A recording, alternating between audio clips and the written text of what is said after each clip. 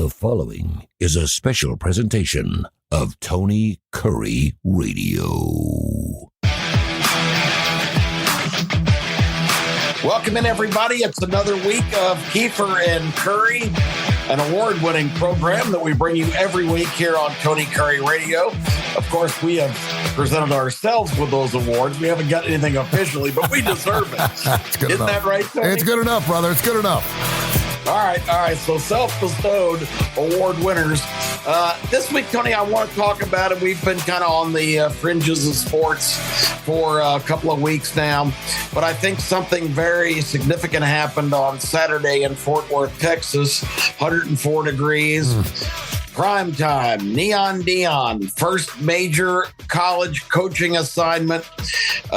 Tony, I feel like Deion Sanders, during the offseason, after he got the job, wrote lots of checks with his words and his assurances and his actions.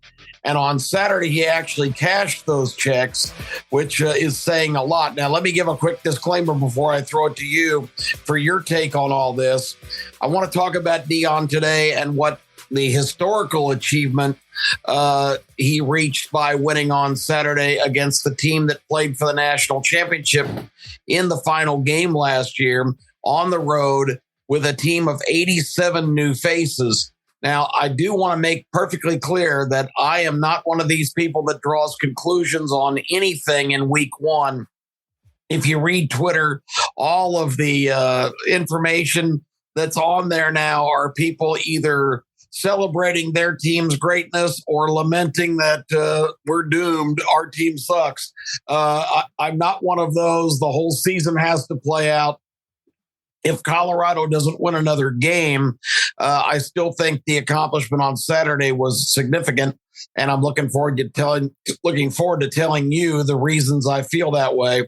But what's your general take with that long preface? Speaking of Twitter, we're recording the show here on September 5th. Last night, Clemson went down 28-7 against Duke. And of course, my son just started going to college there. My kid is the schlep rock of sports. Whenever he starts wearing your jersey, you're going to get a torn ACL. He's like, Dad, he goes, what in the hell just happened? My first game at Clemson, and they lose 28-7. No, the biggest four words we heard out of college football this first weekend: do you believe now? You can actually make that 5 words the way Deion Sanders said it. You mentioned the 86 newcomers. Did you realize, and I didn't know this, Colorado only has 2 winning seasons in the last 17 years? Did you realize that? That is, I remember the Blockbuster Bowl back in 1990, seeing this Colorado Buffalo team. I remember that Buffalo team. When I saw they only had 2 winning seasons the last 17 years, I couldn't believe it. And I knew it was going to be something special when you see Deion Sanders wearing the boot the entire spring for about 8.5 weeks. He takes the boot off just before kickoff. He's running on the field after they win 45-42. The blood clots no more. Deion Sanders is the man. But listen, you knew that something special was happening in Colorado when they had 50,000 people show up to their spring game. And they hadn't they've never sniffed that, even when they were coming close to national championships back in the late 80s, early 90s. You never saw that. And I had no doubt that Deion Sanders was going to make a huge splash with Colorado because he is Deion Sanders. Not only because he's back-to-back SWAC champions and, of course, SWAC champion of the year and, of course, the coach of the year. But, I mean, the guy has made splashes his entire life. He played 14 years in the National Football League. He won 2 Super Bowls. He played 9 seasons, of course, a lot with the Atlanta Braves.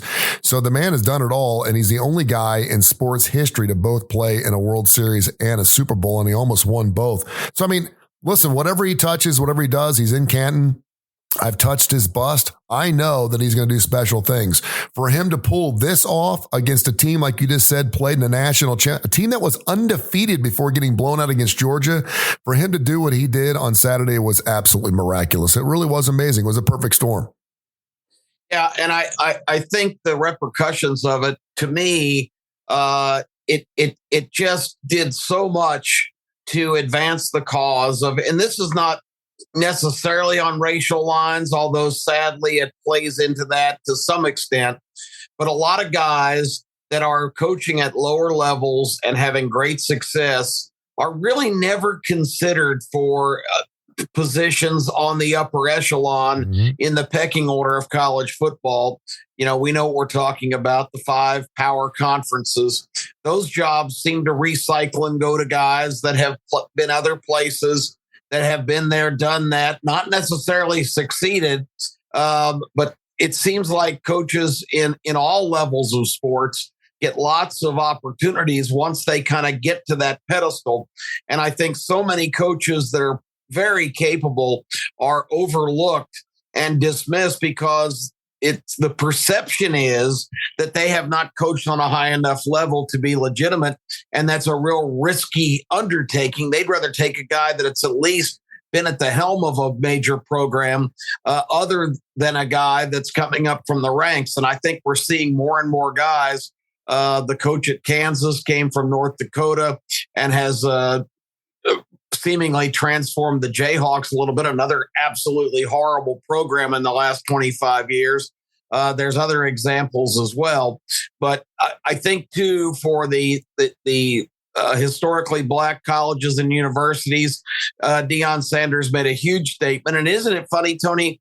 I don't know if you remember last year, one of the SWAC coaches, the Southwest Athletic Conference, I think it was the Alcorn State coach, said that, don't tell me that Deion is pumping up our league or is doing anything for anybody except for Deion. And the guy had such a bad misunderstanding of, yes, Deion is the ultimate self-promoter, but man, he is lifting up everybody at that level and creating visibility. And that's why I think it's kind of a historic achievement. It's not on the same level as Branch Rickey and Jackie Robinson in 1947, because racial lines have certainly been broken. But I think it's a bigger picture thing than that. I think it's recognition for levels of football, and guys that are winners are going to win wherever you put them. Do you think those 87 newcomers at Colorado right now really care whether this is about Deion Sanders or about the Colorado Buffalo organization? I don't. Listen, if Deion Sanders has to wear the big jewelry and the big hat, and he's got to go out there in front of it. I wish I had seen. And by the way, I think you're spot on. If you're a rich black man, you certainly have a lot more opportunities afforded to you, particularly in major sports. And we're seeing that with everyone from LeBron James to Tiger Woods to Deion Sanders. And by the way, Paul Feinbaum making a very interesting association there with Tiger Woods and Deion Sanders. He came in and made a splash. What I do love about Deion Sanders is he did it right. I think he could have gotten that Colorado job before the 2021 season if he really wanted it. I think he could have gone in there and pined for that job and gotten that job, but I don't know if he would have been ready. And the fact that he was SWAC champion of the year and, of course, SWAC coach of the year 2 years running in 2021 and 2022, I think that helped his pedigree to say, listen, I am a coach and I can do this at a much bigger level. And he did that. And to your point, the way you started the show, I thought was brilliant. It's one game. Do I think Dabo Swinney's going to go 1-11 this year because they lost to Duke last night? No. Do I think Colorado's going to go 11-1? No, I don't. And by the way, I love doing research for the show and I love numbers and I'm kind of a math guy. In the last 10 years, teams that have given up 42 points or more in their opener average 2 wins that season. Let's not get too far ahead of ourselves. We're still talking about a football team that gave up a lot of points in that first game. And now, listen, you're taking on a Nebraska squad that only scored 10 against Minnesota this past week. Yes. Talk about the perfect story. By the way, do you know before the season started, Nebraska was an 8-point favorite in this game, and right now they're a 3-point dog. That line has moved 11 points in a week and a half. So everyone's jumping on the Colorado bandwagon. And I think they think that, hey, and they only gave up Nebraska, did only 13 points. They got a pretty decent defense. So a lot of people are thinking they're going to be putting up 40s every single game. It's just not going to happen. But to your point, I do think it's fantastic. I think it's great for everything. If you're a Deion Sanders hater, you're always going to hate him. Period. You're not going to like it. And you certainly don't like the fact that he showed absolutely no remorse or humility in his post-game conference, even calling out reporters saying, I told you. Are you the one that asked the question? The one woman said, I didn't ask that question. I don't know what you're talking about. He was looking for someone to pile on big time. But it was all about Deion Sanders in that post-game conference. I wish it would have been more about his football players, including, of course, his son who threw for 5, 10, and 4 touchdowns, and his other son who led the led the team in tackles. It was a Sanders affair, man. It was unbelievable. It was almost like the Ball family was running the Colorado Buffaloes program. It was unbelievable. That's a great correlation. That absolutely is. Shedder Sanders, let's talk about that. I think Deion's frustration and unleashing it, which hopefully he'll take the higher road from this point on. But I think as a dad, and I know you are too, you've already mentioned your son on the show. I think if you want to get into territory where you're going to get in a serious trench war, just criticize someone's son. And they didn't directly criticize Shedder Sanders. I got to get that right. Shedeur Sanders. When Deion in his press conference said, well, I can already tell you who the quarterback's going to be. It's going to be Shedeur Sanders. And he was barbecued, Tony. I mean, completely run across the coals. I remember one columnist said, what is this, Little League? I'm the coach and my son's going to be the quarterback. Well, that was the attitude, and all the snooty know-it-all media, who most of them never put on a pad or a helmet, were not participating in football, but now all of a sudden they second guess everything. And you can picture a lot of the guys I'm talking about. To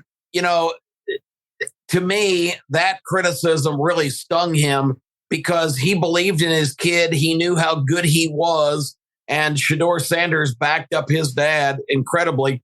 You know how much I like history. I make reference to it all the time on my other show here on TKR. There was a situation, and bear with me here. I'm going to do this quickly. Yeah. 340 BC. I'm going to go back to an example. 340 BC, the province of Macedonia, or just Macedon at the time, was a Greek province.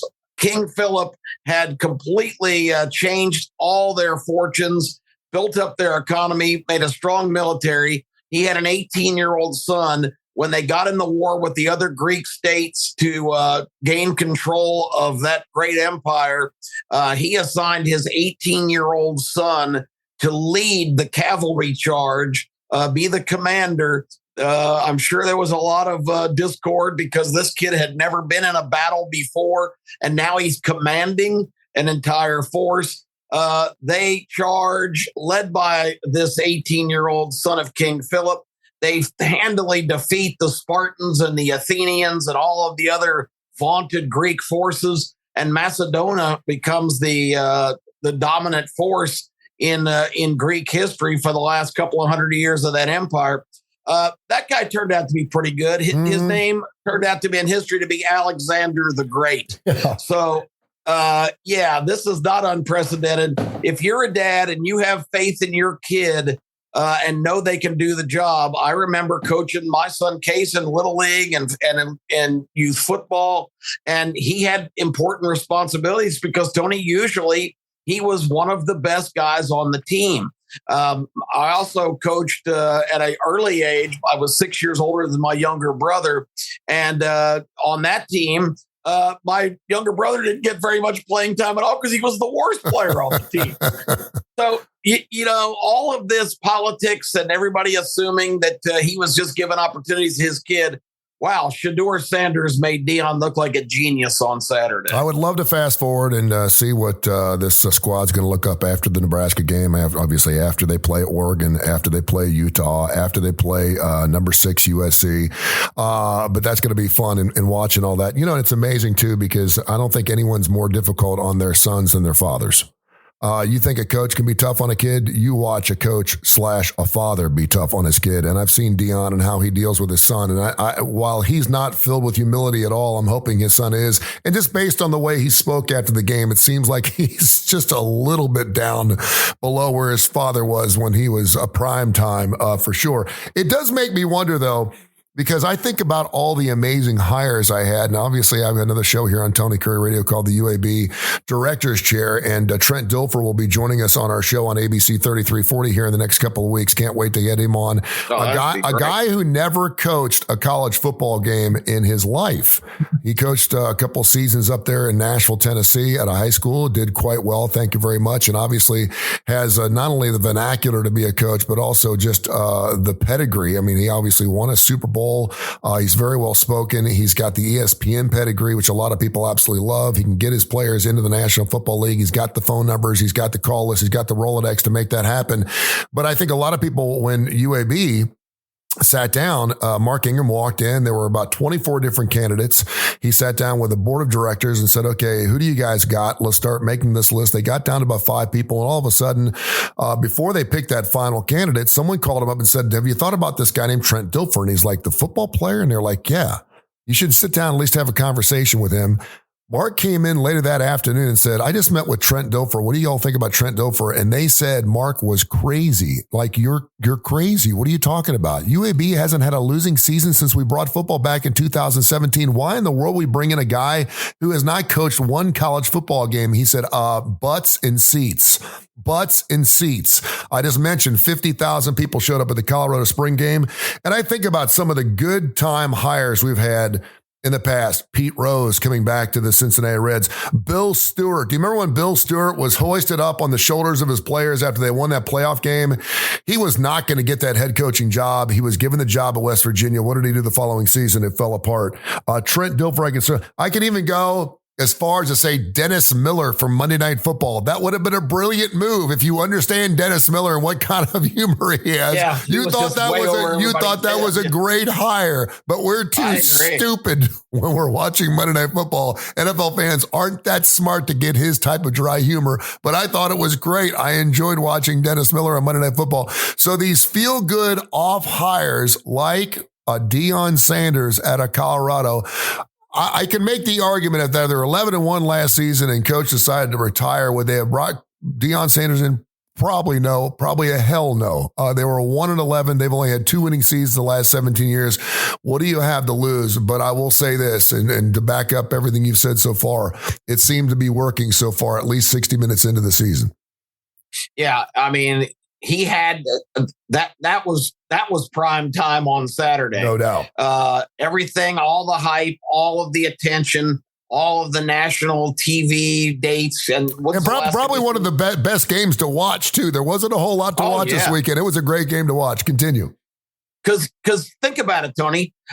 He cleaned house basically after spring practice when he assessed the talent and decided there wasn't any. He encouraged guys to look elsewhere because they weren't going to be in their plans. He started the transfer portal was more active than the Enterprise on Star Trek. He was beaming people up from all over every corner, every small school, major schools. He had Travis Hunter follow him from Jackson State. Travis Hunter, by the way, we need to mention him. He played both ways in that game, 104 degrees, 129 snaps. And Tony, he played wide receiver and corner. You don't stand still a single play. If you're a lineman or a quarterback, you can dog at a play or two. If you're a corner or a wide receiver, you're running a route or chasing somebody running a route or supporting run defense. He made probably the critical play in the game on defense when he left his man, when he recognized where a pass was going and made an unbelievable interception, caught a touchdown pass, had 11 receptions. Travis Hunter, if we were voting for Heisman Trophy today, would be the leader in the clubhouse for sure. What a performance. And, Shedeur Sanders, I talked about. TCU, rose up. Colorado's going to have problems on defense. They got a lot to fix there. But those guys were gassed. I mean, when you practice in Boulder, Colorado, where it's about 80 degrees every day, and then go play where it's 104, of course they're going to wear down, and they did.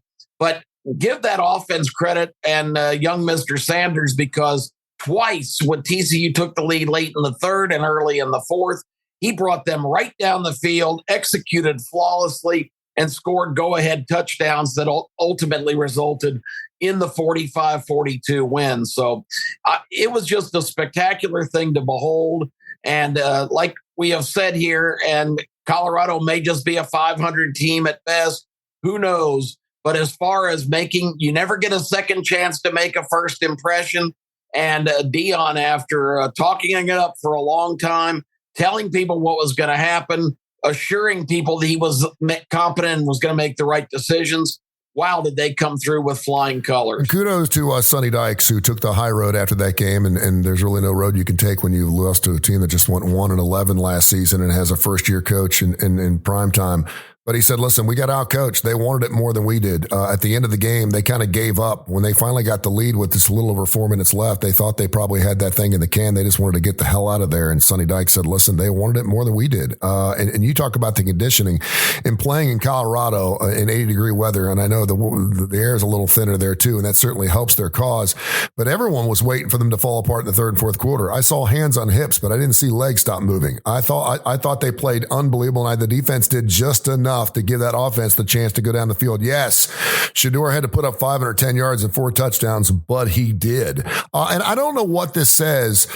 The first thing I thought of when I saw this is, what is every other coach in the country right now thinking about Deion Sanders? First of all, they're scoffing, rolling their eyes, going, yeah, well, it's only one game. I get that. But when you have that type of turnover and you have 87 newcomers, a lot of people even said, yes, if you're 1-11, you should have 87 newcomers. But a lot of it probably was schematic. A lot of it had to do with coaching. You can't tell me that some of those 87 players weren't college football preference player guys. I mean, these aren't guys that can't play at the next level, because a lot of guys did move on and go to play for other teams. A lot of guys playing first string. So, I mean, you can't tell me they didn't fit the scheme or fit the coaching staff. And I'm wondering to myself, what is this saying to other college football coaches around the country? And by the way, shame on the Twitter people out there who are giving TCU a hard time, saying they never deserved to be in the Final Four last year. They knocked off a Michigan squad that a lot of people had winning a national title last year. And now they're saying they got blown out against Georgia and they just lost to a 1-11 Colorado. This is not the same 1-11 Colorado team. It is not. But I'm wondering what other coaches around the country are going, wow, I mean, when I've got 13, 14 guys coming back on offense and defense, I'm probably going to be picked to win my conference. This guy lost 87 players. His son's playing quarterback. His other son's playing on defense. And they just knocked off the team that went to the national championship last year. Maybe I'm not doing things right. And they did that as a 19.5-point dog, Tony. I had it at 21. Yeah. Yeah. Oh, yeah. Even got as high as 21 on game day. So, that's astounding in its own right. I think you're asking a good question. What are other coaches thinking? I know Nick Saban's thinking, shoot, this guy's going to take recruits away from me. I'm not doing an Aflac commercial with him next year. And probably one of the all-time greatest endorsement deals ever, because Aflac started doing that right when he was the SWAC coach. I don't think they even knew that he was going to be knocking off TCU in the first game of Colorado. That I hope they inked him to a long-term deal, because he's looking for some extra cash now. That's for sure. So, and almond commercials too. He's also doing California almond commercials now too. Oh, that's true. He is. He is. Coaches what are they thinking? More importantly to me, what is a junior, very high level football player sitting at home watching that game after playing his game on Friday night thinking, how many kids out there, Tony, that are big time football talents in high school were watching that game thinking, I want to get in on this. I want to go to Colorado and play for Deion. I think that's the real massive wave, because basically in one game, and if there's any continuing success, he's going to make Colorado a national recruiting power, not just a regional, because Colorado's a tough place to recruit. They've primarily depended on trying to get secondary players out of California over the years. Now, all of a sudden, that recruiting base with Deion at the helm, and it's why I made the argument and continue to make the argument. Hugh Freeze off to a great start. Good for Auburn. And maybe that's going to work out. You never know. But they could have placed a call to Jackson, Mississippi, and that would have been a lot more attractive job. And Auburn would be the team right now with a whole slew of new players. They really needed to restock their shelves. I'm not convinced that Hugh Freeze has done that sufficiently. I think if Auburn wins 6 or 7 games this year, it's going to be good. And Colorado may win that same level. But Colorado's got the entire focus of the country on them. And that could have been Auburn or any other team who hired a new coach, because Colorado probably was the last Division I program Deion really wanted to go to. But Phil George, the athletic director, had the foresight to reach out to him, and Deion took the bait. So, I think a lot of programs might be questioning their strategic hires.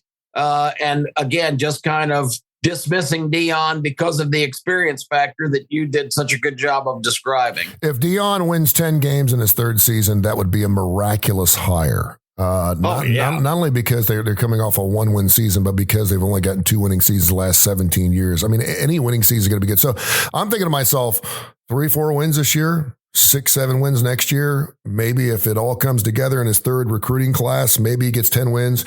So I'm going to put you on the spot. We're going game by game. I want you to tell me how many games Colorado wins this year. They won their first game. Right. They're an actual 2.5-point favorite against Nebraska next game at home. Yeah, Nebraska didn't show much offense against Minnesota. Now they have a high-profile coach, Rule, who's who transformed Baylor into a power and then failed at the Carolina Panthers in the NFL. That's not unusual for a college coach not to take his game to that level. But he's back at Nebraska, and Cornhusker fans, Tony, this was a mighty program at one time, and you talk about hard times. They were probably one of the doormats of the Big Ten last year. Well, you want to talk about a feel-good hire in Coach Frost, and that didn't go too well. No, that's exactly right. He was the conquering hero coming home, and What a disaster. So Colorado at home with all that momentum, Nebraska not having much firepower, I think it's going to be, I think it's another W. All right. Then they're going to probably start 3-0 because they got Colorado State at home, third game.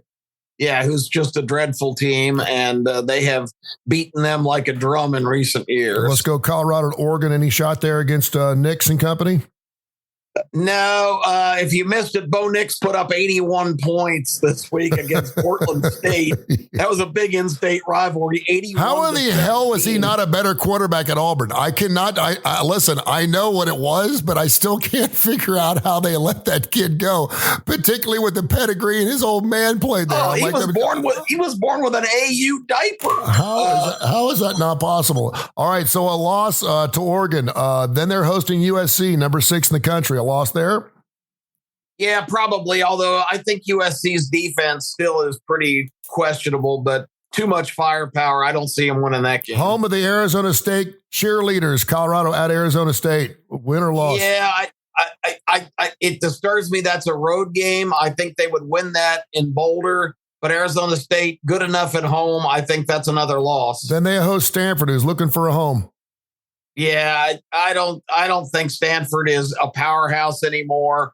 I think they've fallen on kind of hard times. I like Deion and the Buffs in Boulder. Let's take Colorado on the road against the Bruins, UCLA. Yeah, Chip Kelly's got it going on pretty good at UCLA.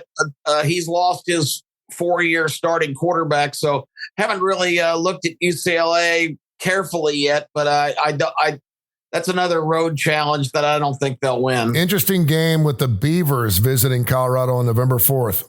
Yeah, and their new quarterback, DJ Ungalele, the transfer from Clemson. I wonder if Dabo's on the phone today going, DJ, I'm sorry, it was all my fault. I want you back. Please come home.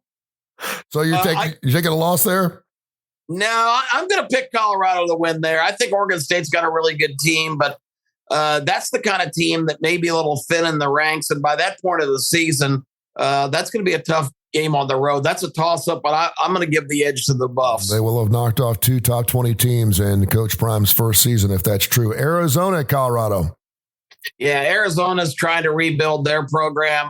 I don't like that team very much. They'll be in the Big 12 next year. They're playing out the string here. Another win for Colorado. And then Colorado goes to Pullman, home of the famous duck sandwich. Mike Leach used to love the duck sandwiches in Pullman. Oh, man, I tell you what, the end of the earth, the hardest place to get to in major college football. You don't see any leagues courting Washington State, and that's kind of a shame. they're going to have a big chip on their shoulder this year. I think they will deal Colorado another loss. Yeah, it reminds me a lot of Starkville. You can't wait to get there, but you can't wait to get the hell out. And sometimes if you take the wrong road, you're not getting out of there either. And then finally, Colorado at Utah. Yeah, that's another tough one. I don't think they win that one either. So I don't know what that adds up to. What, 6-7? 6-6. Oh, okay. Hey, I think a lot of Colorado fans would take a 6-6. I mean, that's big progress from 1-11. A bowl game, and that puts them. More importantly, Tony, that puts them in a bowl game. That does. That's amazing stuff. A couple of top 20 wins. You heard it there from Kip Keefer. He's picking Colorado to go to a bowl game. There you go. Yeah, well. Could you imagine? Because next year, the conference realignment's not going to be finished. It's an absolute mess. I'm hoping the Pac-12 can hold it together. I really think there's a shot that's going to happen. I think some Mountain West teams may be willing to let go of the $13 to $34 million it takes to get out just because of the TV money that's involved in the Pac-12. But could you imagine Coach Prime being in the final 12 of the college football playoffs maybe in the next couple of 2-3 years? How amazing of a story would that be?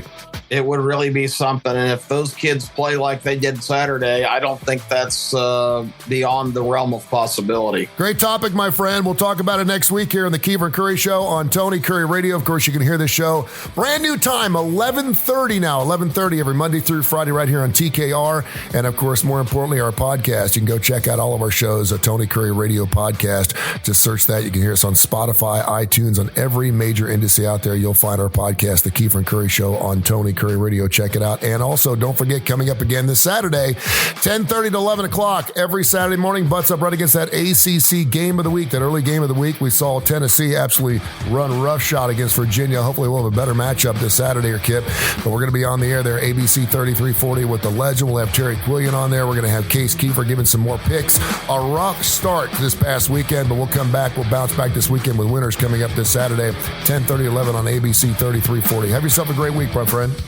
Tony, same here. Great topic, great time, and everybody have a great week. This has been a special presentation of Tony Kurre Radio.